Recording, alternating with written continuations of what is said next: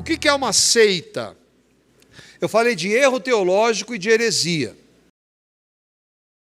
As seitas trazem heresias. E aí eu queria ver algumas. Uma seita, ou o termo seita, tem o significado teológico e prático, geralmente associado a grupos religiosos ou movimentos que se desviam dos ensinamentos essenciais da fé cristã, conforme revelados nas Escrituras. A igreja de Corinto tinha erros teológicos? Sim ou não? Mas ela era uma seita? Não. As igrejas do Apocalipse eram seitas? Não. Tinham erros teológicos? Sim. Uma seita é uma religião que vai negar ou vai pregar algo que nega fundamentos. Como é que nós vamos identificar, então, uma seita? E existem, alguns irmãos trazem mais ou menos características. Nós vamos ver algumas delas. Primeiro, uma seita, ela tem uma autoridade extrabíblica. Então, por exemplo, por isso que o catolicismo é uma seita. Porque a tradição é uma autoridade extrabíblica. Geralmente as seitas apresentam uma nova... irmãos, eu estou falando, quando eu falo de catolicismo com seita, você pegar 90%, chutando baixo, 90% dos evangélicos, você falar isso, eles vão ficar escandalizados. Dos evangélicos, hein? Geralmente as seitas apresentam uma nova autoridade doutrinal, superior ou paralela à Bíblia Sagrada. Se ela é paralela, você pode saber uma coisa, ela vai se sobrepor à Bíblia. Para a sua fé e prática, seja por documentos, livros, concílios ou revelações. Eu estou falando aqui, por exemplo, do catolicismo, que tem o catecismo católico romano, que é regra de fé para eles. É a interpretação da Bíblia. E ali eles colocam a tradição. Isso está declarado. E quando são revelações que não são documentadas? Mas uma boa parte do neopentecostalismo. Tive uma revelação, mas não tem base bíblica, mas eu tive. Bom, ela está se sobrepondo à Escritura. Então, isso é característica de seita. Segunda característica.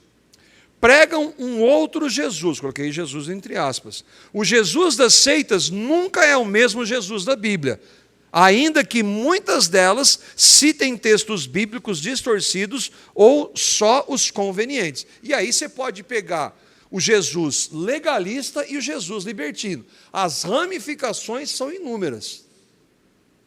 Você pode pegar a religião que se diz cristã, que fala do Jesus que tem que obedecer para ser salvo, e daquele Jesus que não importa o que você creia, que se viver de qualquer jeito, no final, Jesus é bonzinho, você vai para o céu. Então elas negam, e como é que eu vou saber o Jesus verdadeiro? Só pela Escritura. Toda a Escritura. Uma seita prega salvação por obras. O estado legalista das seitas impedem-nas de aceitarem a livre graça de Deus, ou então incluem Jesus mais obras. É o que o catolicismo faz. Por exemplo, quando alguém diz que um cristão pode perder a salvação, eu, particularmente, tenho um grande problema em entender isso. Por quê? Porque o raciocínio lógico é o seguinte: a manutenção da salvação dele depende dele. É ou não é? É um raciocínio lógico, vocês concordam ou não? Se eu estiver trazendo uma falácia, me corrijam. Ao passo que aquele que crê que o salvo, ele vai ser sempre salvo, por quê? Eu não estou falando do que distorce, ele não creu. Ele usa isso para viver na prática do pecado. Mas aquele que foi salvo, ele sabe que aquele que começou uma boa obra, ele vai completar. A minha salvação nunca dependeu de mim e a manutenção nunca dependeu de mim. Depende de Cristo. E ninguém pode ir contra Ele. Ele vai me manter fiel até o fim. Agora, quando você condiciona a manutenção da salvação, que você pode perdê-la, significa que você... Porque é o seguinte, você vai perguntar para ele, então Jesus pode perder? Não, Jesus não, o problema é você. Então a manutenção da sua salvação é sua. Esse pode se interpretar como uma ideia de salvação por obras. Domínio sobre os seus adeptos. As seitas retiram o senso crítico de seus adeptos, não permitindo que eles pensem por si mesmos, deixando que o líder ou o grupo pensem por eles. Vocês conhecem algum grupo assim ou não? Domina, é o líder, é o apóstolo, é o ancião, é o que governa. E você se submete a ele. E não lê a Bíblia que você vai ficar louco. Irmãos, um líder genuinamente cristão, ele vai falar assim, não confie em mim.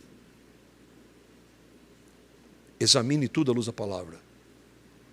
Não confie na liderança da igreja, porque a liderança da igreja é composta de pecadores. Examine quem quer que seja, que é o texto está aqui, e que foi o examinado aqui era quem? O apóstolo Paulo. Se Paulo elogiou os que o examinavam, quem aqui, qualquer líder na história, vai dizer, não, eu não. Você não pode é uma insurreição contra a minha autoridade. Não. Não importa quem você seja. Eu vou examinar tudo que você está falando à luz da Escritura. Exclusivismo. As seitas apregoam que somente a sua organização é a única correta, tendo as demais todas apostatado da fé. As razões também variam. Ela diz que a salvação só está ali. Isso é uma característica muito clara de seita. E, infelizmente, às vezes é sutil, às vezes. Algumas são assumidamente, não, aqui a graça só está aqui. Só pode ser salva aqui. Outras, eles botam... O adventismo faz isso. O adventismo tem uma linha nesse sentido. Né? Não é guardar, mas se não guarda, e aí? Então, se não segue a regra, se não abandona tudo, então, quer dizer, a linha é tênue. Semântica enganosa é a ideia da terminologia, do falar. As seitas, a fim de enganarem as pessoas, usam uma terminologia cristã, mas que na prática se revela totalmente falso. Por exemplo, quer uma coisa mais maravilhosa? Caminho da Graça. Olha que coisa linda. Fundada pelo herege ex-reverendo Caio Fábio de Araújo Júnior. Caminho da Graça, mas é a graça, não é o Evangelho da Graça. Não herege. É uma apostasia total aquilo lá. Então, mas o falar é muito bem elaborado. Quais os exemplos clássicos? Eu vou ter que citar aqui os exemplos, eu não posso deixar de citar. Primeiro, o catolicismo e com seus seguidores, 1,3 bilhão de adeptos, os mormons.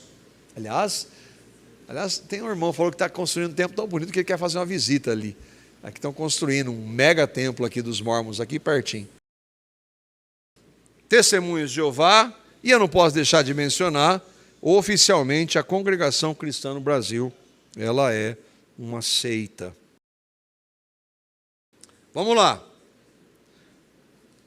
Dentro da teologia sistemática, e aí, irmãos, é aí que eu quero ver com vocês, é o seguinte. Nós vimos as várias teologias, histórica, filosófica, bíblica, sistemática. Esse aqui é um livro do irmão Sproul. E ele é um livro que ele custa caro. Aí na internet e tal, acho que ele está em torno de R$140. Né? Nós entramos em contato lá com eles para ver se eles fazem um desconto. Então, depois, está todo mundo no grupo do WhatsApp? Todo mundo está. Quem não tiver, depois me cobra. Me cobra. Eu coloquei isso, João. Acho que eu coloquei. Dá uma olhadinha lá. Quem não tiver no grupo, me cobra depois para eu pôr. Ó, eu vou colocar lá, a gente vai tentar adquirir na quantidade, com a Fiel, um pouco mais barato. Não é muita coisa, tá? Porque é um livro a acabamento e tal. Mas é um livro que é de pesquisa. Então, é um livro que você vai usar muito. Se você quiser, depois eu vou colocar essa semana, entre em contato, os irmãos que quiserem, a gente vai comprar e depois a gente pega com vocês, vocês fazem um pix para a igreja. A gente organiza, né, Augusto, para não ficar aquele monte de... Tá? Esse é um dos livros que a gente vai estudar, de teologia sistemática, que somos todos teólogos do irmão R.C. Sproul. Tá? Ele é presbiteriano, fazer o quê, né, gente? Não tem, né? Mas agora ele está aprendendo sobre o batismo infantil, estava errado, que ele está na glória, ele está com o Senhor. Tá bom? Mas um homem de Deus, né? Ó, é um erro teológico. Para nós, pedobatismo é um erro teológico. Mas nós aprendemos muito com esses irmãos. Aqui o sumário do livro, de vários pontos da teologia sistemática, vamos passar. Quais as premissas, né? E que ele trabalha, que eu gostei, eu achei muito legal o que ele diz. As premissas da teologia sistemática. Deus revelou-se a si mesmo, não somente na natureza, mas também por meio dos escritos dos profetas e dos apóstolos, que a Bíblia é a palavra de Deus. Está vendo? Ele é aqui, ó, a base é a Bíblia, não interessa, não é mais ou menos, não é, tem coisa que não é inspirada, não, é a Bíblia, a palavra de Deus e acabou. Então, essa é a premissa principal da genuína fé cristã. Deus se revela de acordo com seu próprio caráter e natureza. Na Bíblia, vemos que ele pensa claramente e fala de uma maneira inteligível, com um propósito de ser entendido. Coisa sensacional, né? O livro tem um idioma, ainda que originalmente nós não temos mais acesso, mas o propósito era ser uma língua humana para que as pessoas entendessem. Algo lógico. Então, o livro, ainda que tenha as dificuldades, não estou falando de divergência, nós devemos buscar compreendê-lo. É a palavra de Deus, do Deus transcendente, mas Deus, o que Deus quer que nós saibamos está aqui. E só aqui. Pelo menos essa realidade. A revelação de Deus nas Escrituras manifesta as qualidades do seu caráter. E tudo isso é base para, então, nós estudarmos a teologia sistemática. O irmão Sproul defende a teologia como ciência, e que advém da... Porque, assim, o termo ciência hoje, infelizmente, né, o que é ciência? Ciência é o que alguns segmentos progressistas definem, de acordo com o que eles acreditam. Então, é ciência. Por exemplo, evolução é ciência? Não, é uma teoria. Mas ela é ciência? Não, não é ciência, é uma teoria. Mas todo mundo compra o discurso como se fosse.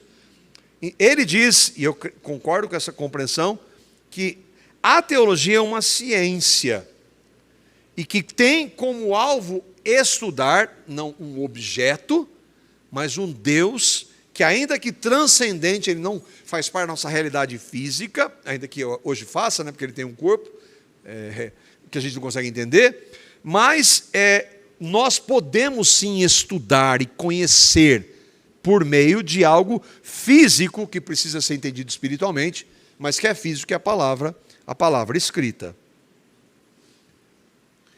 Aqui eu coloquei o texto de João 17,3, que é um texto que me fascina, e que é próprio Jesus falando o que é a vida eterna. A vida eterna é passar a eternidade no céu. Não, a vida eterna tem essa implicação, tem, mas a vida eterna é conhecer a Deus.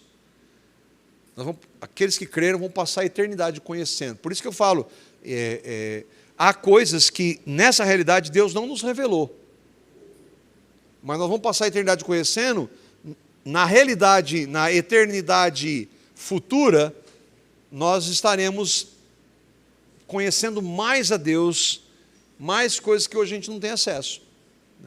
Então, isso é a maravilha de podermos estudar. É claro que o que nós temos hoje já é impossível a gente conhecer, então por isso nós vamos precisar da eternidade para poder conhecer o Senhor.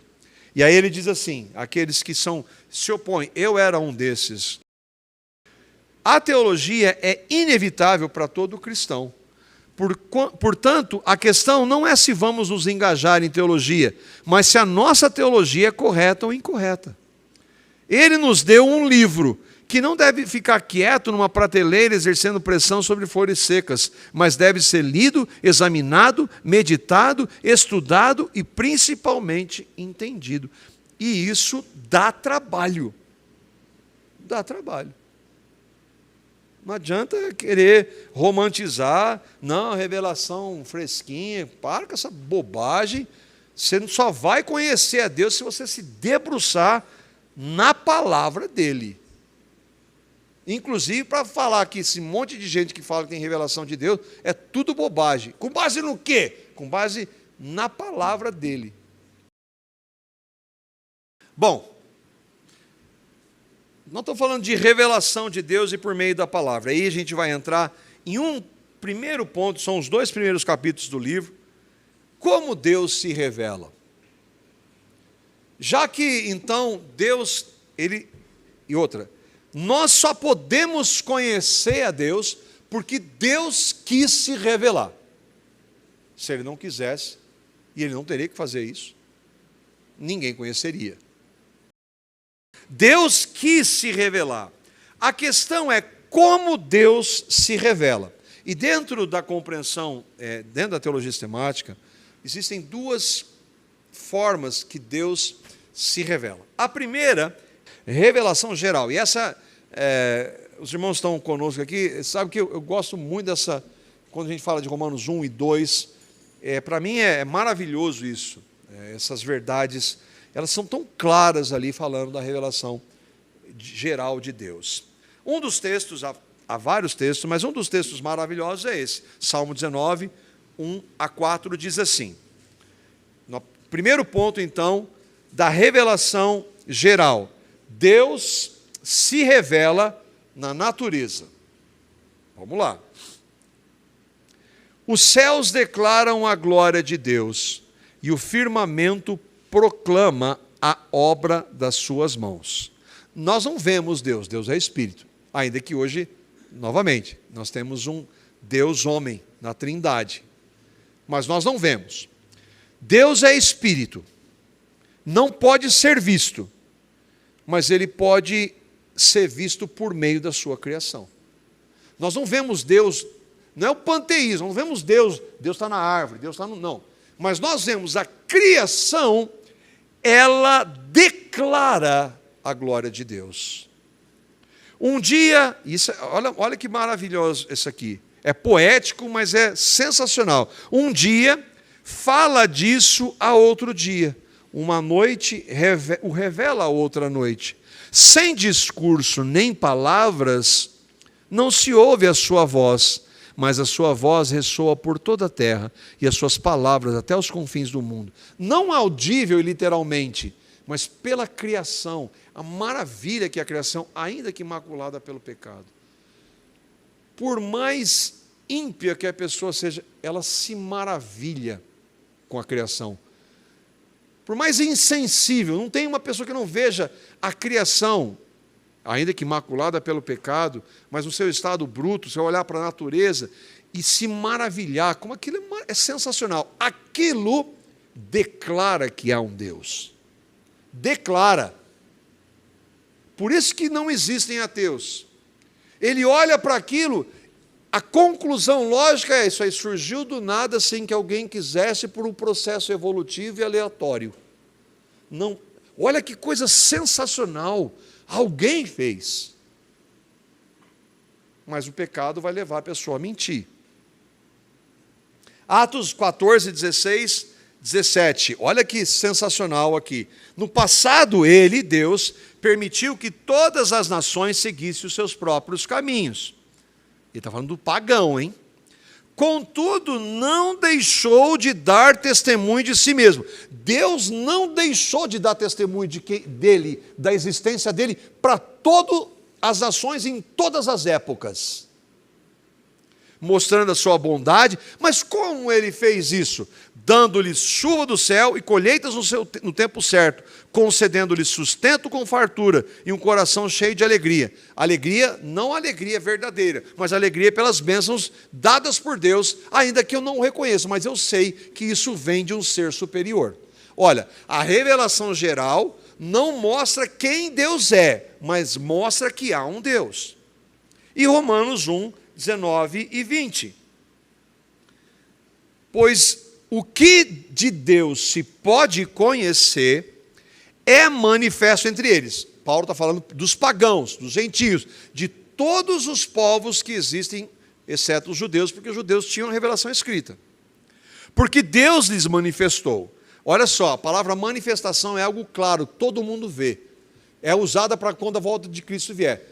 Todo olho vai ver, porque Jesus vai se manifestar. Paulo está usando assim, que Deus se manifestou para todo mundo ver. Onde? Na criação. Pois desde a criação do mundo, os atributos invisíveis de Deus, porque Deus é um ser pessoal, mas Ele é espírito. Então nós não podemos ver, mas pela criação nós podemos perceber o seu eterno poder, a sua natureza divina, e isso tem sido visto claramente, sendo compreendidos por meio das coisas criadas. Ou seja, quando eu vejo a natureza, eu compreendo que um ser criou. Mas o pecado maculou tanto que o cara diz que isso surgiu do nada, aleatório, por um processo evolutivo e pessoal. O pecado fez isso. Mas uma pessoa... O que impressiona é que os eruditos que negam a Deus. Mas o pensamento lógico é, alguém fez isso. Revelação geral. De forma que tais pessoas, quais pessoas? Absolutamente todo ser humano na história é indesculpável. Então, se um amigo fala assim, eu sou ateu, você é um mentiroso para você mesmo, pode falar para ele. Com amor, fala com amor. Aqui eu coloquei essa imagem. Quando e aí eu estou colocando, vamos admitir que esse seja um africano de uma tribo lá que nunca teve contato com a civilização. Por exemplo, o Ronaldo Lidora foi pregar o evangelho para esse povo. Vai ver o livro dele, para ver se eles têm algum indício de Deus. A natureza, o contato que ele nunca ouviu de Bíblia, de Jesus e nada, mas a natureza mostra que é um Deus. É isso que nós acabamos de ver. Segundo ponto da revelação geral. Deus se revela na consciência moral, coisa que nenhum cientista, materialista, darwinista responde. Como é que a consciência moral surge? Se é tudo material, se não existe nada sobrenatural. Como é que a consciência do certo que não pode se pegar surgir? Não tem resposta, porque ele nega a Bíblia, nega a palavra de Deus. E aqui, quando que surgiu isso? Gênesis capítulo 3, versos 4 a 5. Olha quando surgiu essa consciência do certo e do errado no homem. Então disse a serpente à mulher, lembra que Deus deu a ordem, não coma da árvore do conhecimento do bem e do mal, porque no dia que você comer você vai morrer. Aí chegou Satanás, por meio da serpente, e falou para a mulher, é certo que você não vai morrer, porque Deus sabe que no dia em que dele comer, se vos abrirão os olhos, e como Deus sereis conhecedores do bem e do mal. O diabo fala a verdade? De vez em quando fala. E aqui é uma das vezes que ele falou. Deus sabe que você vai ser conhecedor do bem e do mal. Ele mente quando ele vai dizer, você vai ser como Deus, isso é mentira, mas quando ele diz, você vai ser conhecedor do bem e do mal, isso é verdade. Mas quem disse isso? Deus. Olha o que o próprio Deus diz no verso 22. Então, disse o Senhor Deus, eis que o homem se tornou como um de nós, conhecedor do bem e do mal. Assim que não estenda a mão e tome também a árvore da vida e coma e viva eternamente. E aí ele expulsa ele do jardim. O homem foi criado perfeito, ele não sabia o que era mal. A partir do momento que ele peca, ele tem um conhecimento mal. Mas como Deus sabe? Deus sabe de maneira externa. Não há mal nele, não há pecado nele, mas ele sabe, porque ele é o Criador, não o Criador do mal, não o Criador do mal moral, mas ele sabe, ele é o Criador. Ele sabe não por experiência, nós sabemos por experiência. Então nós temos a consciência do bem e do mal. O homem então desobedece e acontece isso. Milênios depois, Paulo vai tratar desta realidade, Romanos capítulo 2, versos 14 a 16, quando ele está falando dos gentios, dos pagãos. Lembra? Capítulos 1 e 2, ainda que ele fale dos judeus também no capítulo 2, mas no capítulo 1 e 2 ele vai falar, do capítulo 1 especialmente para os pagãos, e parte do capítulo 1 ele vai falar, dos capítulos 2 fala para os gentios pagãos também. E aí olha o que ele diz. Até mesmo os gentios, ou pagãos, que não têm a lei escrita, eles não têm a Bíblia, eles não tinham a Bíblia, quando obedecem à lei instintivamente, na sua consciência, ele não tem a lei escrita, né? Eles não tinham isso. Por exemplo, o índio lá. Mostram que conhecem a lei, mesmo não a tendo. Aqui eu usei na NVT, tá? Ele conhece a lei, mesmo não tendo no papel. Mas onde é que está essa lei? Se ele não está no papel, demonstram que a lei está gravada em seu coração. O coração não é o órgão, irmão. A Bíblia, quando fala do coração, está falando do ser. O que o homem é. O ser está no coração. Pois a sua consciência e os seus pensamentos os acusam ou lhes dizem que estão agindo corretamente. É a consciência. Isso, e aqui é o negócio, isso se confirmará no dia em que Deus julgar os segredos de cada um por meio de Cristo Jesus, de acordo com o evangelho que eu anuncio. Portanto, a ideia de que o cara que nunca ouviu falar é inocente é mentira.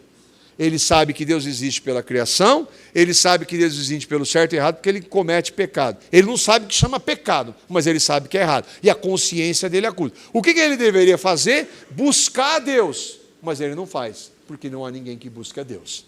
Então, o que nunca ouviu o evangelho, o que vai acontecer com ele? Vai ser condenado. Vai ser condenado. Mas não é justo. Não, ele deveria buscar a Deus, ele sabe que ele existe. Mas ele não busca. E aí, nós temos nosso amigo lá. O amigo, ele não sabe. Ele não tem a Bíblia dizendo assim, não darás falso testemunho. Mas aí ele está envolvido numa situação lá, e aí ele falou, vou mentir. Ninguém vai saber mesmo. Só que ele sabe que é errado. Ele sabe que é errado. Bom, de onde veio isso? O materialismo não responde, porque não tem nada de consciência, não existe, nós somos só físico. Veio por causa da entrada do pecado e a consciência que eu e vocês temos certa. Qualquer pessoa, em qualquer lugar na história, tem consciência do certo e errado. Terceiro ponto. Deus se revela na certeza de que a morte não é o fim. Todo mundo sabe que a morte não é o fim. Eclesiastes capítulo 3, verso 11. Tudo fez Deus formoso no seu devido tempo. Também pôs a eternidade. Quem pôs a eternidade no coração do homem? No coração do homem normalmente não é o órgão. No coração do homem é no ser. Ele sabe que, eu sei que morrer não acaba. Sem que esse possa descobrir as obras que Deus fez desde o princípio até o fim.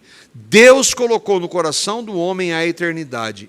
Então ele sabe que não morreu, acabou, deixa de existir, não. Há uma eternidade. Ele não sabe, por meio da revelação geral, o que vai acontecer. Como é que vai ser o julgamento? Quem vai julgar? Com base no quê? Ele não sabe. Mas ele sabe que alguma coisa existe. Tudo isso deveria fazer com que o homem buscasse a Deus. Mas ele busca? Não. O que ele faz? Ele rejeita a Deus e vai adorar espírito, homem, animal, natureza. Isso é que Romanos 1 e 2 explica de maneira categórica. Uma criança entende. Só liberal que não gosta. Olha lá. Isso aqui eu peguei uma imagem. Está vendo esse homem aí? Esse homem é um homem de uma tribo africana mumificado. Ele foi mumificado. O negócio é horrível, cara. Bom, por que eles fazem isso? Da tribo lá, não sei onde. Porque é a busca pela vida eterna. Aonde que você vai achar tribo que não acredita em nada? Em nenhum lugar no mundo, na história. Todo mundo, algum tipo de crença tem de que existe alguma coisa depois. Por quê? Porque Deus colocou no coração do homem a eternidade. Mas por causa do pecado, ele distorce todos os conceitos. Por isso que existe um monte de teologia totalmente distorcida, por causa do pecado. Mas todas elas querendo responder a essas questões. E o que é claro, todo ser humano tem acesso a essa revelação geral. Paulo disse, de forma que tais pessoas são indesculpáveis. Tudo isso mostra para a existência de Deus, mostra, de acordo com Romanos 1, que há somente um Deus, e que, com isso, a humanidade é indesculpável. Indesculpável por quê? Ela deveria dar glória a Deus, ela deveria buscar a Deus, mas ela não busca. De acordo com Deus, portanto, um conhecido filósofo e pensador, quando perguntado para ele, Bertrand Russell, quando perguntaram para ele, você morrer, você vai falar o que para Deus? Que ele era um ateu, super famoso. Ele falou assim, desculpe Deus, não havia evidências. Ele já morreu e ele não disse isso para Deus. Bom, essa é a revelação geral. Em nenhum momento a revelação geral dá para você conhecer o Deus da Bíblia. Por isso é necessária uma segunda revelação, que é a revelação especial de Deus. A revelação geral, todo ser humano em toda a história tem. Agora, a especial, Deus em sua soberania concede. E aí que nós... Por isso que, lembra, quando nós falamos de teologia reformada, que enfatiza a soberania, não tem como você fugir dessas coisas. Por que Deus chamou o Abrão e não chamou o Zé? Se ele chama o Zé e não chama o Abrão, o que o Abrão tinha acontecido? Ia para o inferno. Por que ele chamou o Abrão? Porque o Abrão e o Zé eram politeístas pagãos. Responda. Porque ele quis. Porque ele quis. Entende? Não tem como fugir. Ah, mas e a questão da salvação? Então, mas vamos para essas questões mais concretas. Por que ele chamou o Abrão? Ou o Abrão tinha alguma coisa? Ele não tinha nada, nada. Ele era um pagão. Revelação especial. Como Deus se revela especialmente. E aqui, o que é maravilhoso para nós é que nós não vimos nenhuma delas. Nós só temos essa aqui, que narra as teofanias. Teofania é uma revelação do Deus Espírito, que é um acontecimento sobrenatural, inexplicável. E acontece na Bíblia. Os ateus falam assim, essas histórias que vocês acreditam só está na Bíblia há 2, 3 mil anos atrás, que vocês não tem como provar. É verdade. Não tem como provar, tem? Mas nós vamos chegar a uma das revelações especiais que é maravilhosa e que a gente tem. Teofanias, Gênesis capítulo 6, verso 13. Então disse Deus a Noé, resolvi dar cabo de toda a carne, porque a terra está cheia da violência dos homens, eis que os farei perecer juntamente com a terra. O mundo um caos, Deus se arrepende, não no sentido humano, de ter criado o mundo e decide destruir tudo. Mas ele acha graça, não havia graça em Noé, mas ele usou de graça para com Noé e poupa. E aí então ele fala diretamente com Noé. Falou assim, ó, eu vou destruir tudo, constrói uma arca. E prega para esse povo. Você vai pregar um pouco para eles. 100 anos. Prega. Não era pregoeiro da justiça. Então, isso foi uma teofania. Deus falou diretamente com Noé, audivelmente. Segundo texto, Gênesis capítulo 12, verso 1. Aí é o nosso chamado do Abrão. Abrão estava lá, na terra de Ur dos caldeus, e Deus escolheu Abrão. Ora, disse o Senhor, Abrão, sai da tua terra, da tua parentela, da casa do teu pai, e vai para a terra que eu te mostrarei. Do nada. Não é impressionante isso, irmãos? Eu fui ler Gênesis 11, não tem nada. Do nada, Deus chama o cara. Por quê? Porque ele quis. Não tem nada nele. Ele chama.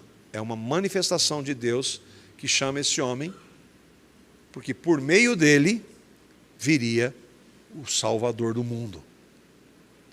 Outra, Êxodo, capítulo 3, verso 2. E aqui, aí tem algo visível. E apareceu-lhe a Moisés o anjo do Senhor em uma chama de fogo no meio de uma sarça, e olhou. E eis que a sarça ardia no fogo, e a sarça não se consumia. Aqui é algo inexplicável. Aqui tem uma materialização, uma teofania. Deus se apresenta e fala com o homem, que está totalmente disposto a salvar o povo. Tá, né? Teofania. E a última, Êxodo 14, 15 e 16. Quando... já aconteceram 10 manifestações sobrenaturais com as pragas, não era? Já aconteceu o fogo, a coluna de fogo e a nuvem. Tudo isso é teofania. Peguei algumas. E aí então eles são diante do mar. Que para os teólogos liberais, inclusive para muitos católicos, não, aquilo baixou a maré. Você sabe aquela história daquela senhorinha crente, né? Ela era crente, e aí disse que o padre foi falar para ela, que ela falou assim, que Deus abriu o mar vermelho, que milagre maravilhoso e tal. Ela falou assim, não, aquilo lá é só uma metáfora. Na realidade, abaixou a maré, e aí eles passaram. Aí, glória a Deus, que Deus maravilhoso. O que o senhor está celebrando? Eu falei, como é que Deus pôde matar um exército de gente numa poça de água? Disse o Senhor a Moisés, por que clamas a mim? Moisés não era fácil, né? É igual a gente, né? Dize aos filhos de Israel que marchem, e tu levanta o teu bordão, estende a mão sobre o mar, e divide-o para que os filhos de Israel passem pelo mar, pelo meio do mar a seco, e tinha lá, por baixo, 2 milhões de pessoas. Imagina a cena. No filme, né, a gente vê. Isso foi uma teofania. Foram manifestações de Deus, depois da lei, no monte, ele dá a lei, e manifestações e visões. Então, essa foi uma forma, ou foram formas que Deus usou. A segunda forma, ou maneira de Deus se revelar, especialmente, e aí é a maior de todas, é quando Deus se fez homem. Deus se materializou num homem, em Jesus de Nazaré, Deus encarnado. Colossenses capítulo 1, versos 15 a 17, diz que ele é a imagem do Deus que até então era invisível. Este é a imagem do Deus invisível, está falando de Jesus, o primogênito de toda a criação, pois nele foram criadas todas as coisas no céu, sobre a terra, as visíveis e invisíveis, sejam tronos, principados, soberanias, potestades, tudo foi criado por meio dele e para ele, e ele é antes de todas as coisas, e nele subsiste. Quer um relato mais sensacional de Deus? Pois é, mas ele está falando de Jesus aqui. Portanto, Jesus é Deus. Nós vamos ver isso em Cristologia. Cristologia é uma das áreas da teologia sistemática. Tudo que a Bíblia fala sobre Cristo, quem Ele é. E João, que diz então que esse Deus, que é a imagem do Deus invisível, ele relata claramente que esse Deus se fez homem. João, capítulo 1, os versos 1 a 3, estou quase acabando, irmãos. E o verso 14 diz assim, no princípio era o Verbo, e o Verbo estava com Deus, e o Verbo era Deus. Ele estava no princípio com Deus, todas as coisas foram feitas por meio dele, como diz Colossenses, como diz Hebreus, e sem ele nada do que foi feito se fez. E aí o verso 14, esse verbo que criou tudo, a palavra, Isso que é palavra, a NVI é palavra, mas o verbo, na revista atualizada, dá a ideia da ação. Esse verbo, a palavra de Deus, se fez homem, se fez carne e habitou entre nós. E João está falando com conhecimento, ele viu, cheio de graça e de verdade, e vimos a sua glória, vimos a glória de Deus, que não podia ser vista. Ninguém pode ver Deus e não ser fulminado pela glória de Deus, mas agora a gente pode ver na pessoa de Cristo. Ele está dizendo que viu. Nós vamos ver mais sobre Jesus, a maior de todas as revelações em Cristologia. E por último, qual é hoje a revelação especial e que eu e vocês temos acesso? Essa maravilha aqui. Irmãos, nós cremos num livro velho. Tudo que eu falei aqui, não tem como provar, não tem vídeo, não tem nada. Está num livro velho, desacreditado pela esmagadora maioria da população mundial. Mas essa aqui é a revelação especial de Deus, que nos fundamenta para crer em todas as outras. Será que dá para negociar isso aqui? Não dá. A palavra de Deus é a revelação também especial de Deus. Essa é, sem dúvida, a mais importante hoje. Tem gente que fala assim, mas é Jesus. Sim, mas como é que você sabe qualquer coisa de Jesus? Como é que você conhece Jesus? Ou ele apareceu para você? E outra, se ele apareceu para você, como é que você sabe que é ele mesmo? Né? Se um anjo de luz vier, ou se eu ver um outro evangelho, Paulo diz. Um outro Jesus, Paulo diz aos Coríntios. Como é que você vai saber que é o verdadeiro? Pela Bíblia. Então, ela é fundamental. Ela sempre foi fundamental. Mas hoje, na igreja evangélica, da qual nós fazemos parte, como é que nós vamos saber se o Jesus que a gente crê é verdade ou não? Pela Bíblia. E aqui os textos clássicos, né? 2 Timóteo capítulo 3, versos 16 e 17, toda a Escritura é inspirada por Deus, ela é inspirada, dirigida por Deus, porque, portanto, ainda que Paulo estivesse falando do Antigo Testamento, se aplica ao Novo Testamento também, tudo é inspirado por Deus, Deus não erra, então ela é infalível. 2 Pedro capítulo 1, versos 20 e 21, sabendo primeiramente isso, que nenhuma profecia da Escritura provém de particular elucidação, porque nunca, jamais, qualquer profecia foi dada por vontade humana, entretanto, homens santos de Deus falaram da parte de Deus, movidos pelo Espírito, inspirados pelo Espírito, portanto, quando eles escreveram a Escritura, ela é infalível, palavra de Deus, mas há hoje pastores negando isso. Jesus, a palavra encarnada, louva a palavra escrita, quando ele diz em João 17:17, santifica-os, Pai, na verdade, a tua palavra é verdade. Nós não temos mais Jesus fisicamente, temos pela fé habitando em nós pelo Espírito. Mas como é que eu sei disso? Porque a Bíblia diz isso.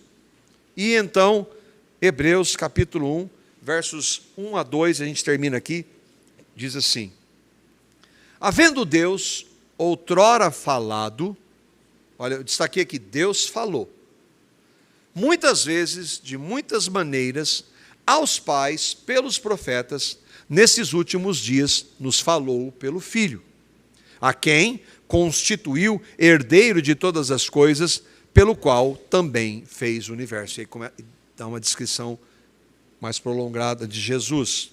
Mas o que eu queria terminar é o seguinte, o texto diz assim, que Deus falou, ele falou aos pais e aos profetas. Do que ele está falando? Do Antigo Testamento. De todos os textos do Antigo Testamento. Mas foi o homem que escreveu, mas foi Deus que falou e eles escreveram. Se Deus falou, não tem erro. Então, Deus falou aos pais pelos profetas, isso mostra o Antigo Testamento, palavra de Deus. E nesses últimos dias, da primeira vinda de Cristo até a sua segunda vinda, nós estamos vivendo nos últimos dias, ele nos falou pelo Filho. Por isso que ele é a revelação máxima de Deus. Jesus vem, os evangelhos narram o que ele fez, os atos dele, e as cartas inspiradas pelo mesmo Espírito explicam o que ele fez. Quando o escritor aos Hebreus diz, ele nos falou pelo Filho nesses últimos dias, ele está dizendo o seguinte, não tem mais nada para ser dito, acabou. A revelação de Deus se encerrou quando Cristo vem. Não existem revelações extra-bíblicas. Por isso que qualquer coisa que qualquer pessoa disser em nome de Deus, em nome de Jesus, tem que passar pelo crivo da Bíblia. Porque esse é um dos textos que mostra que tudo que Deus falou, ele falou, e nós sabemos que ele falou, porque está na Bíblia. E só na Bíblia. Na teologia sistemática, tem a bibliologia, que nós vamos ver também, se Deus quiser.